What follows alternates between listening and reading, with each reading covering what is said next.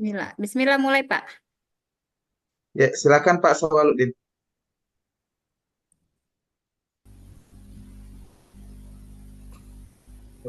Assalamualaikum warahmatullahi wabarakatuh, anak-anak. Waalaikumsalam warahmatullahi wabarakatuh. Ya, bagaimana kabarnya hari ini? Alhamdulillah sehat, Pak. Sehat semua ya? Sehat semua ya? Sehat semua Pak Guru. Sehat semua, Baik, Pak. sebelum kita memulai pelajaran kita pada hari ini, saya mohon bantu untuk salah seorang siswa untuk memimpin doa kepada Narinaldi agar memimpin doa. Saya guru. Nah, teman-teman, sebelum kita memulai pelajaran pagi hari ini, marilah kita sama-sama dengan membaca doa belajar secara bersama-sama. Berdoa mulai. Bismillahirrahmanirrahim. Rabbi zidni ilman warzuqni fahman. Amin. Ya. Iya, Ada Pak Guru. terima kasih kepada Narinaldi. Mudah-mudahan pelajaran kita hari ini berjalan lancar dan bisa eh, bisa mendapatkan yang bermanfaat. Baik, anak-anak sekalian, saya ingin cek hadirannya, Bang. Ada yang tidak hadir hari ini? Udah semua, Pak. Hadir semua, Pak. Semua Semua Pak hadir Guru. ya? Semua hadir ya? Ya, Ya, Pak. alhamdulillah. Pak. Oke, baik. Eh, sebelum kita mulai pelajaran, saya ingin mereview atau menanyakan kembali pelajaran yang kemarin. Masih ingat Lupa Pak Guru. pelajaran tentang Al-Quran dan hadis. Jadi materi kemarin tentang Al-Quran dan hadis. Masih ingat ya apa itu Al-Quran, apa itu hadis? Masih ingat semua ya? Iya. Iya Pak Guru. Oke, oke baik. Kita masuk ke nanti. Jadi pelajaran kita hari ini adalah ini. Apa yang Anda ketahui tentang sholat dan bagaimana tata cara pelaksanaannya? Apakah Anda tahu apa itu sholat dan bagaimana bagaimana tata cara pelaksanaannya? Ada yang tahu? Ada yang bisa jelaskan apa itu sholat dan bagaimana tata cara pelaksanaannya? Sholat adalah tiang agama, Pak. Sholat adalah tiang Agama. Agama. agama. Iya. Ada lagi? Ada lagi? Salat Oke, merupakan rukun baik. Islam. Iya. Alhamdulillah semua benar ya. Oke. Sebentar nanti kita akan bahas secara komplit. Oke, kemudian jadi tujuan pembelajaran kita pada hari ini itu yang pertama, peserta didik dapat menjelaskan pengertian sholat dan dalilnya. Kemudian yang kedua, peserta didik dapat menjelaskan ketentuan pelaksanaan sholat.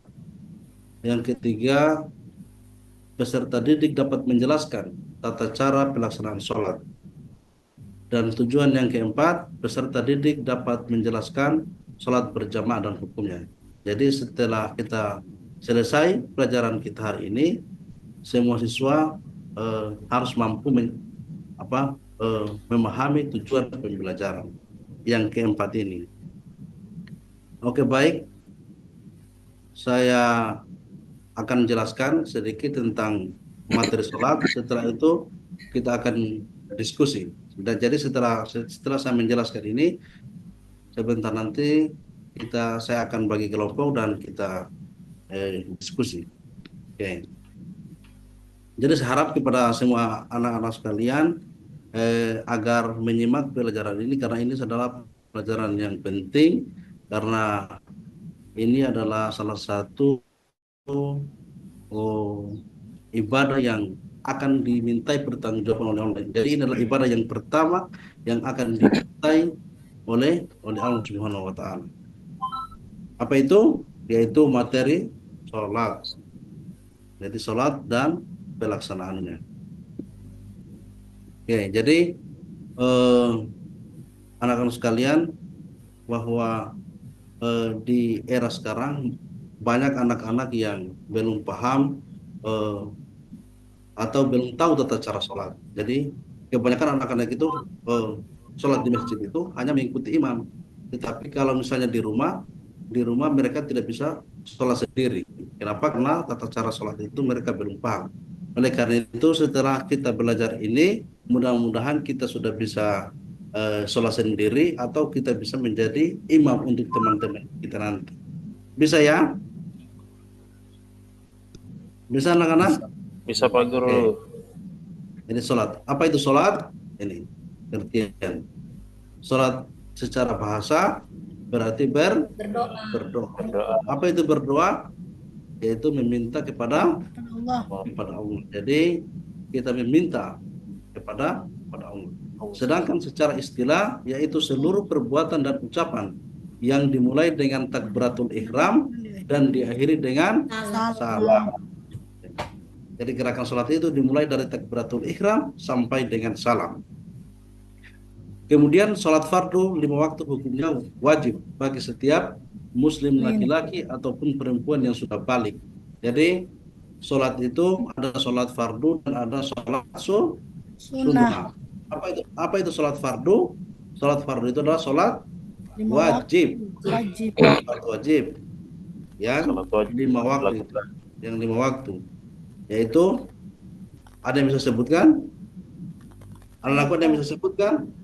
Sholat maghrib, Pak. isya, Sholat maghrib, isya, subuh, zuhur, dan sholat asar, asar. dan Iya, pintar. Maghrib. Jadi sholat subuh, isya,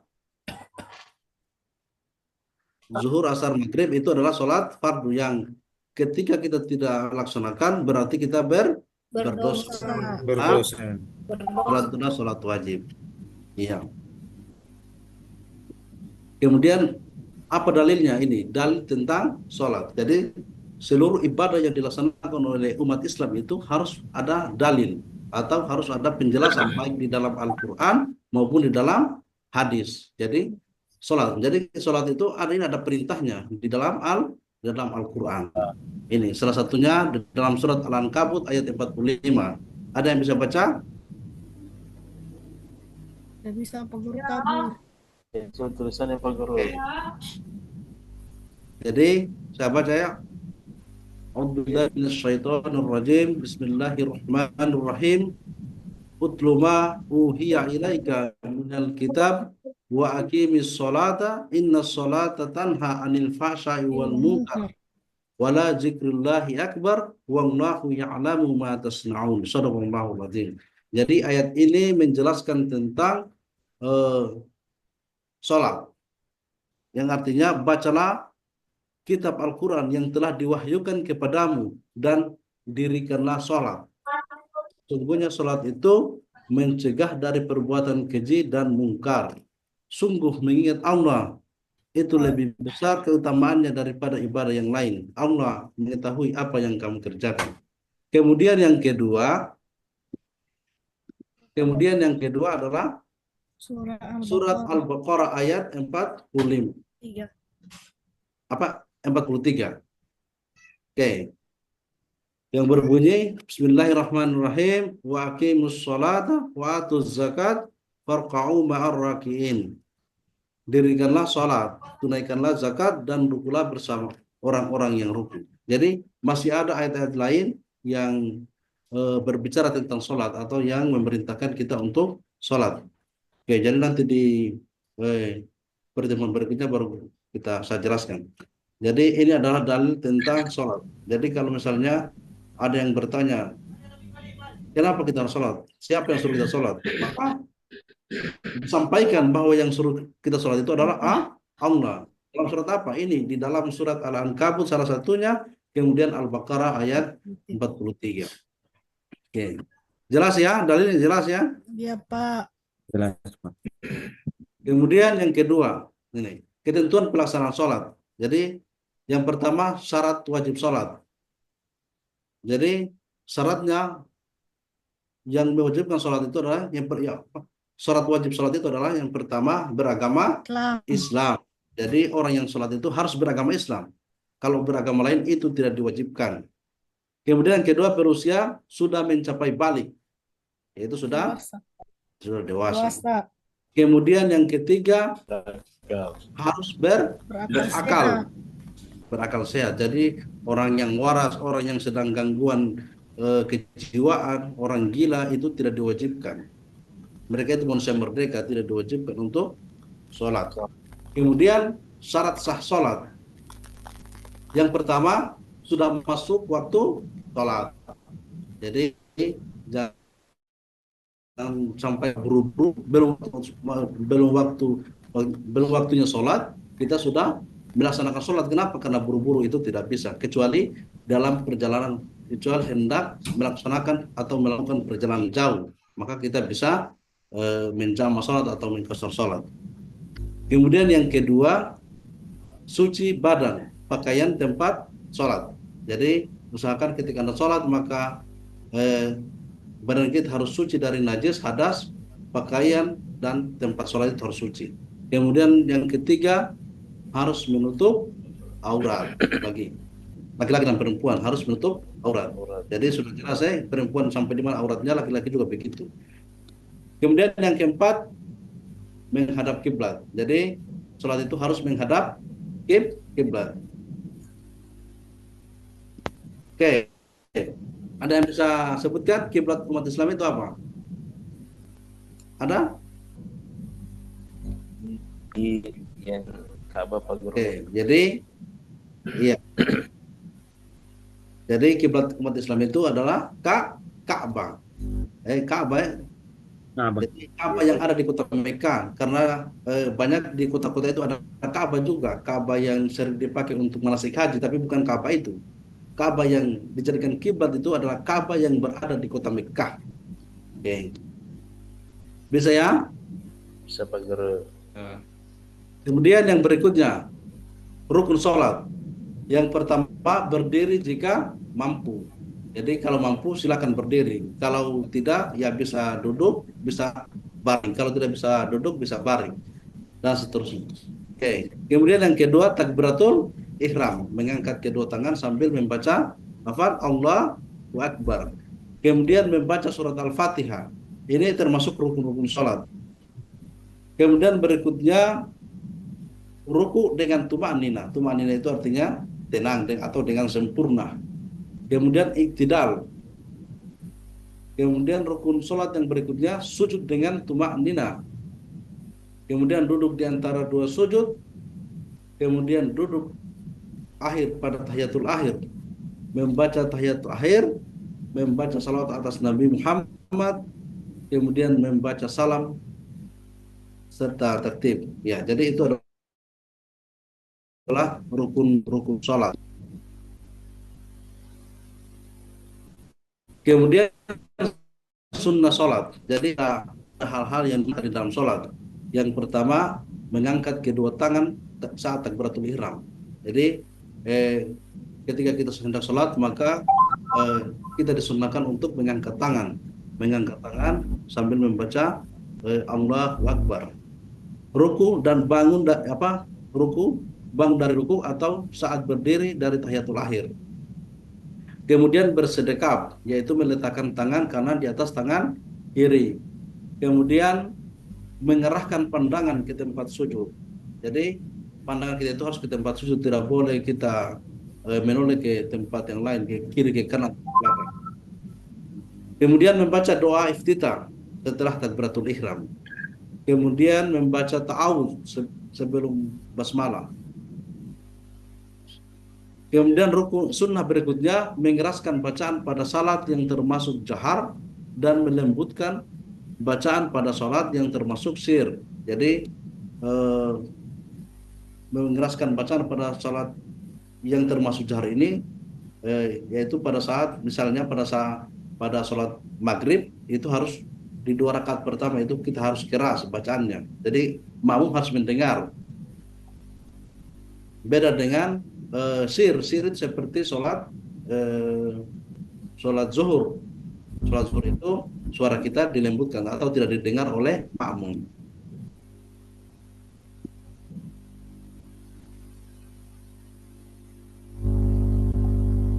Selanjutnya sunnah dalam salat yaitu membaca lafal amin setelah imam membaca al-fatihah.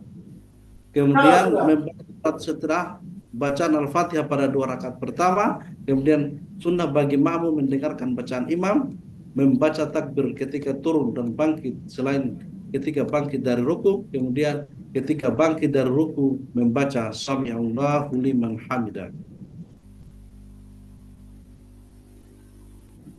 Kemudian sunnah-sunnah berikutnya yaitu ketika i'tidal membaca Rabbana lakal hamdu. Selanjutnya meletakkan 2 telapak tangan di atas lutut ketika ruku, kemudian membaca tasbih ketika ruku dan sujud, membaca doa ketika duduk di antara 2 sujud. Selanjutnya duduk iftiras pada semua duduk dalam salat kecuali duduk akhir, duduk tawarud atau duduk tahiyatul akhir di akhir salat, membaca salam kedua ke kiri dan ke kanan. Jadi ini adalah hal-hal yang disunahkan di dalam sholat. Bisa ya? Bisa Pak Guru. Bisa, Pak Guru. Kemudian hal-hal yang membatalkan sholat. Jadi ini adalah hal-hal yang bisa membatalkan sholat kita. Yang pertama, berbicara dengan sengaja. Jadi ketika hendak sholat, tidak boleh kita cerita dengan teman. Kemudian yang kedua, banyak melakukan gerakan di luar sholat. Jadi kadang ada yang kita lihat anak-anak ini ketika hendak berdiri, kadang memukul temannya atau melakukan gerakan atau bahkan meninggalkan tempat sholatnya kemudian lari-lari mengejar temannya dan lain sebagainya. Itu bisa membatalkan sholat. Kemudian berhadas saat melakukan sholat. Jadi usahakan anak-anak sekalian ketika Anda melakukan sholat, maka usahakan harus dalam keadaan suci. Saya kira suci ini sudah dijelaskan kemarin ya. Iya Pak Guru. Kemudian menempelnya najis di badan, pakaian dan tempat sholat. Ini. Jadi ketika ada najis yang ketika misalnya kita ada kotoran najis di badan kita maka atau di pakaian kita, maka itu akan membatalkan sholat kita. Kemudian terbuka aurat. Ini jelas aurat. Kemudian mengubah niat. Kemudian berpaling dari kiblat yang tadinya ke Ka'bah, kemudian kita putar arah, itu tidak sah sholat kita. Kemudian makan dan minum ketika sholat, tertawa, kemudian murtad. Murtad itu keluar dari agama Islam. Ya, itulah ketentuan-ketentuan dalam sholat. Kemudian kita masuk di tata cara pelaksanaan sholat. Ya, ini sudah ada gambarnya di samping anak-anak sekalian. Ini adalah tata cara pelaksanaan sholat yang pertama, yaitu berdiri tegak menghadap kiblat. Kemudian setelah menghadap kiblat, apa yang dilakukan yaitu berniat. Niatnya tergantung dari sholat kita. Misalnya kita melaksanakan sholat subuh, maka kita hendak berniat sholat subuh. Jangan sampai kita melaksanakan sholat subuh, niat kita di sholat isya. Jadi misalnya sholat subuh, usalli fardu subhi. Nah, seperti itu, niat seperti itu yang saya maksud. Ya. Kemudian yang pertama niat. Kemudian tata cara yang kedua, takbiratul ihram. Ini mengangkat kedua tangan. Jadi bisa sejajar dengan telinga, bisa sejajar dengan bahu. Itu ada beberapa cara untuk takbiratul ihram. Kemudian mengangkat tangan sambil membaca Allahu Akbar. Ini wajib harus harus mengucapkan ini Allahu Akbar. Kemudian tata cara yang ketiga adalah membaca doa iftitah. Anak-anak sekalian, ada yang tahu doa iftitah? Ada yang bisa baca? Halo anak-anakku, Ada yang bisa baca dan tidak? Ya, Pak. Oke. Jadi ini adalah Ada doa guru. Gitu. kita. Ya. Inni wajhatu wajhiya lillazi fatara samawati wal ardi hanifan musliman wa minal musyrikin. Inna salati wa nusuki wa mahyaya wa mamati lillahi rabbil alamin. La syarika lahu wa bidzalika umirtu wa ana minal muslimin. Itu dibaca setelah kita melaksanakan atau melakukan takbiratul Iram. ihram. Selanjutnya membaca surat Al-Fatihah. Saya kira Al-Fatihah ini semua siswa, semua anak sudah tahu ya, surat Al-Fatihah ya. Setelah membaca surat Al-Fatihah, maka hendaknya membaca surat pendek, salah satu surat pendek terserah. Sebenarnya bukan surat pendek, tapi salah satu surah dalam Al-Quran. Surat apa saja. Setelah itu kemudian ruku. Ini adalah contoh ruku. Bisa lihat gambar ya? Bisa Pak Guru. Ya. Guru. Ini adalah gambar orang yang sedang ruku. Setelah ruku, kemudian rukunya sudah sempurna, selanjutnya membaca doa. Subhana rabbil azimi wa bihamdi 3 kali. Oke. Setelah ruku, kemudian bangkit dari ruku atau disebut dengan iktidal. Ini. Kemudian sambil membaca lafaz sami'allahu liman hamidah. Setelah itu tangan turun, kemudian setelah sempurna, berdiri sempurna, kemudian disunnahkan membaca ini. Rabbana lakal hamdu mil'us samawati wa mil'ul ard wa mil'u ma syi'ta min syai'in ba'du. Kemudian sujud. Ini. Sujud ini adalah pose orang yang sedang melakukan sujud. Setelah sujud sempurna, kemudian membaca Subhana Rabbil A'la wa bihamdi 3 kali. Oke. Kemudian bangkit dari sujud atau disebut dengan duduk di antara 2 sujud.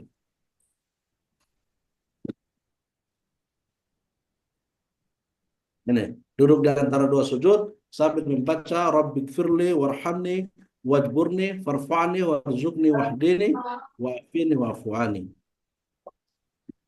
Oke, kemudian sujud kedua. Setelah sujud kedua, kemudian bangkit tahiyatul awal. Ini. Ada yang bisa baca? Ada yang tahu baca tahiyat awal? Tahu Pak Guru. Oke, tahu ya. Ini. Jadi setelah membaca setelah duduk tahiyat awal sekaligus membaca ini at-tahiyatul mubarakat, salawat dan seterusnya. Bisa ya? Bisa, Pak. Bisa, Pak Tahiyat Guru. awal. Setelah tahiyat awal kemudian berdiri lagi seperti biasa, kemudian setelah itu duduk tahiyatul akhir. Tahiyatul akhir.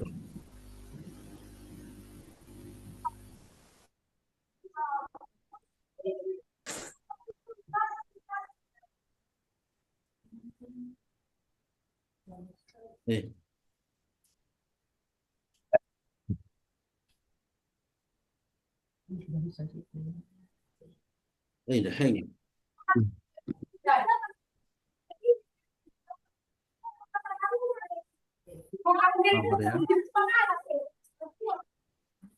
Ya, kemudian tahiyat akhir, kemudian setelah tahiyat akhir, setelah membaca lafal tahiyat akhir, kemudian salam, yaitu menoleh ke kanan dan ke kiri sambil mengucapkan Assalamualaikum warahmatullahi 2 kali, ke kiri dan ke kanan dan ke kiri.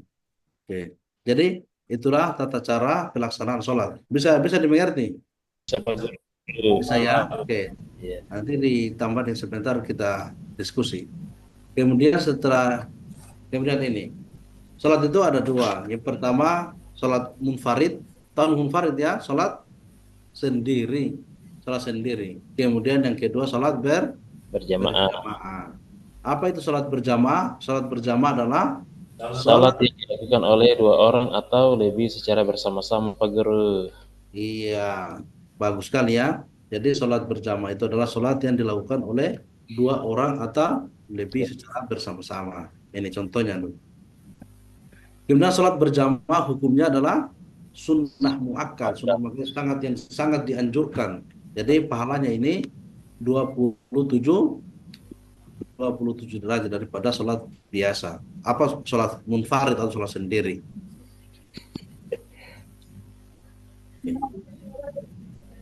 Kemudian syarat menjadi imam ini. Jadi sholat berjamaah itu ada dua tadi. Yang pertama, yang satu jadi imam, yang lainnya menjadi Makmum. makmum. Jadi ini syaratnya menjadi imam. Apa syarat menjadi imam ini? Yang pertama beragama, Islam.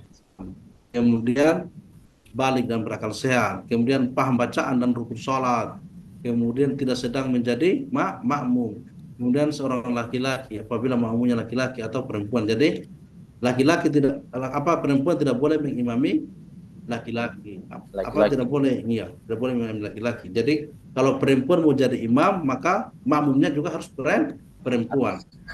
Beda dengan laki-laki. Kalau laki-laki, makmumnya boleh laki-laki dan boleh perempuan. Kira jelas ya untuk imam ya? Jelas, Pak. Iya, Pak Guru. Oke. Jelas, Pak. Kemudian syarat menjadi makmum ini. Syarat menjadi makmum yang pertama berniat mengikuti imam, kemudian mengetahui segala gerakan, kemudian tempat berdirinya makmum, kemudian tidak boleh melambatkan diri sehingga tertinggal. Kemudian salat makmum harus sama dengan imam, artinya makmum itu mengikuti gerakan imam. Oke, jelas ya? Jelas Pak Guru. Kemudian makmum juga terdiri dari dua. Yang pertama makmum muwafiq, yaitu makmum yang sempurna berjamaah, artinya dia tidak terlambat, dia sama-sama berdirinya dengan imam. Kemudian makmum masbuk, yaitu makmum yang tertinggal, jadi ada tertinggal rakaat sholat karena terlambat datang. Bisa ya? Bisa, Pak Guru. Ya, bisa.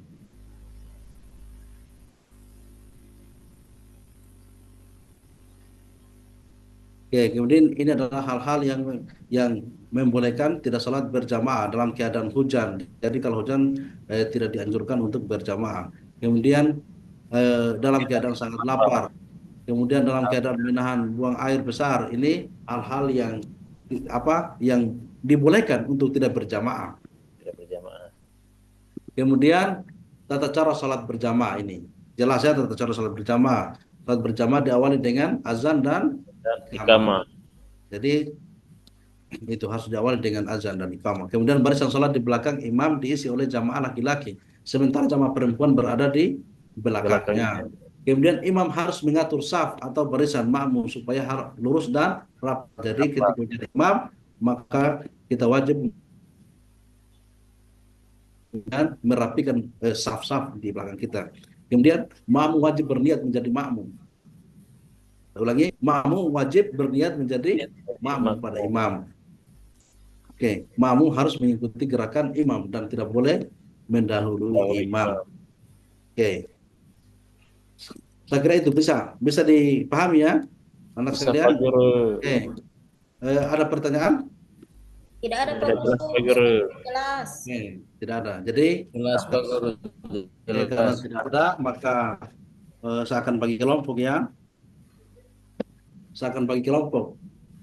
Jadi kelompok satu, jadi kelompok ini saya akan berikan materi atau berikan tugas untuk berdiskusi dengan teman-temannya tentang materi tentang topik yang akan saya berikan. Iya, Pak. Bisa? Bisa Pak Guru. Bisa, Pak Guru. Bisa, Pak Guru.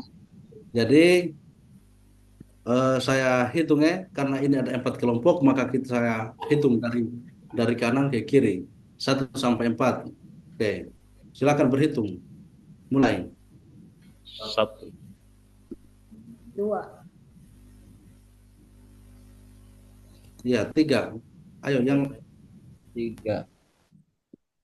3, 4. Jadi, oke. Jadi yang dapat angka 1, maka dia kelompok 1.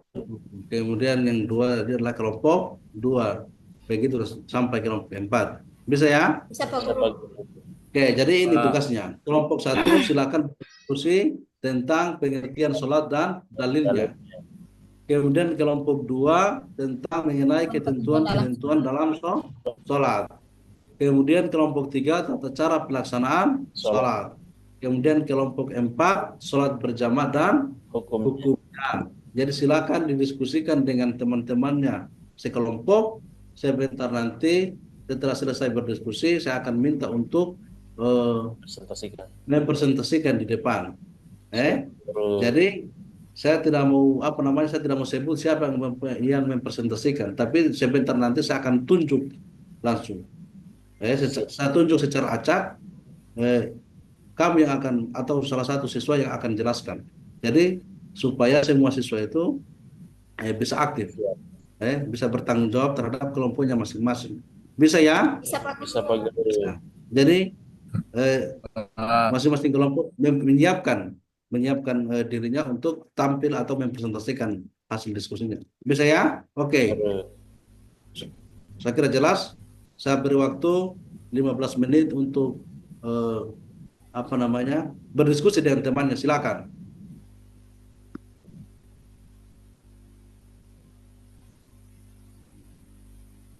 Oke. Sudah ya? Sudah. Silakan kelompok 1. Akan untuk menyampaikan. Maaf, sebelum kalau sudah selesai, sebelum kita sebelum kita presentasi, kita ice breaking dulu. Bisa kelihatan? Bisa Pak Guru. Oke, silakan berdiri semua ya. Dan berdiri. Kemudian kita bernyanyi. Ini lagunya. Saya contohkan, setelah itu kita menyanyi bersama. Bisa? Bisa Pak Guru. Bisa, oke. Oke, saya contohkan. Bila ku senang, alhamdulillah. Bila ku lupa, astagfirullah. Bila berjanji, insya Allah. Nah, bisa ya? Begitu dan seterusnya. Bisa ya? Iya, kita mulai. 1, 2, 3. Bila ku senang, bila ku senang, alhamdulillah. Bila ku lupa, astagfirullah. Bila berjanji, insya Allah. Bila bersedih, hasbunallah. Subhanallah, Maha Suci Allah. Allahu Akbar, Allah besar. Iya, tepuk tangan. Iya, beri aplaus. Oke. Kemudian saya minta kepada masing-masing kelompok untuk mempresentasikan hasil diskusinya. Silakan kelompok 1. 1 orang. Silakan. Iya, bagus. Terima kasih kelompok 1, bagus sekali penampilannya. Berikan aplaus kepada kelompok 1. Iya, selanjutnya kelompok 2. Silakan presentasikan hasil diskusinya. Sudah, Iya. Pak. Iya, bagus sekali kelompok 2. Iya. Berikan aplaus kepada kelompok 2. Ya. Selanjutnya kelompok 3. Silakan presentasikan hasil diskusinya.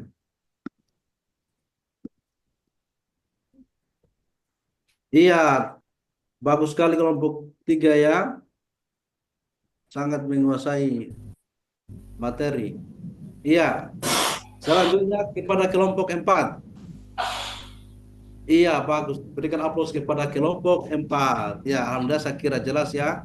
Anak-anak sekalian, saya kira Anda sudah paham dengan pelajaran kita hari ini. Mudah-mudahan hari ini karena Anda sudah paham, ini bukan hanya dipahami, tetapi harus diimplementasikan di dalam Jadi tadi itu harus bersolat. Paham? Bisa ya? Sudah Pak Guru. Oke. Ya, kemudian satu orang, ya, sambil satu orang untuk membacakan kesimpulannya. Silakan. Ibu Rosmianti. Iya, saya Pak Guru.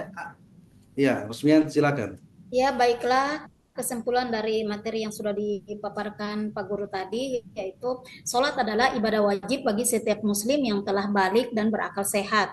Selain sebagai kewajiban, sholat juga merupakan sarana untuk mendekatkan diri kepada Allah Subhanahu wa Ta'ala, meningkatkan ketakwaan, dan meraih ketenangan jiwa. Aspek penting dalam sholat, syarat sah sholat. Agar sholat sah, kita harus memenuhi syarat-syarat tertentu seperti Islam, balik, berakal sehat, suci dari hadas dan najis, menutup aurat, menghadap kiblat, dan niat. Sedangkan rukun sholat adalah hal-hal yang wajib dilakukan dalam sholat. Jika salah satu rukun tidak dilakukan, maka sholat menjadi tidak sah. Contoh rukun sholat adalah takbiratul ihram, membaca al-fatihah, ruku, sujud, dan tasyahud akhir. Iya. Pak Guru. Iya, terima kasih kepada Nak Rosmianti. Oke, jadi jelas ya? Bisa dipahami semua ya? Anak-anakku Bisa, Pak bisa Guru. ya? Guru. Bisa. Nah, jadi harapan Pak Guru itu bukan hanya sekedar dipahami tetapi dilaksanakan. Karena sekali lagi ini adalah kewajiban kita sebagai seorang muslim. Kemudian kita meninggal, ini yang pertama akan ditanyakan adalah sholat. Ibadah sholat ini akan pertama ditanyakan. Kenapa? Adalah salah satu adalah tiang agama. Jelas ya? Jelas. Oke. Jelas, Pak Guru. Baik. Oke, baik. Alhamdulillah pelajaran kita hari ini cukup sampai di sini. Kemudian minggu depan kita masuk kepada materi sujud syukur, sujud sahwi, dan sujud tilawah. Jadi mohon untuk silakan membaca, cari referensi tentang sujud syukur, sujud sahwi, dan sujud tilawah. Kemudian nanti kita bertemu pada pertemuan berikutnya. Oke, anak-anak sekalian, alhamdulillah sebelum kita akhiri, saya mohon kepada ketua kelas untuk membacakan doa setelah selesai belajar. Silakan. Iya, Ibu Ros, silakan. Naros, silakan. Iya. Ya, teman-teman, sebelum kita akhiri pelajaran pada kesempatan kali ini, marilah kita berdoa bersama-sama. A'udzubillahi minasyaitonirrajim. Bismillahirrahmanirrahim. Asyhadu an la ilaha illa anta astaghfiruka wa atubu ilaik. Amin. Amin. Iya. Terima kasih atas perhatiannya. Mudah-mudahan sampai jumpa pada pertemuan berikutnya. Saya akhiri. Wallahu muwaffiq ila aqwamit thoriq. Assalamualaikum warahmatullahi wabarakatuh. Waalaikumsalam warahmatullahi Warahmatullahi wabarakatuh.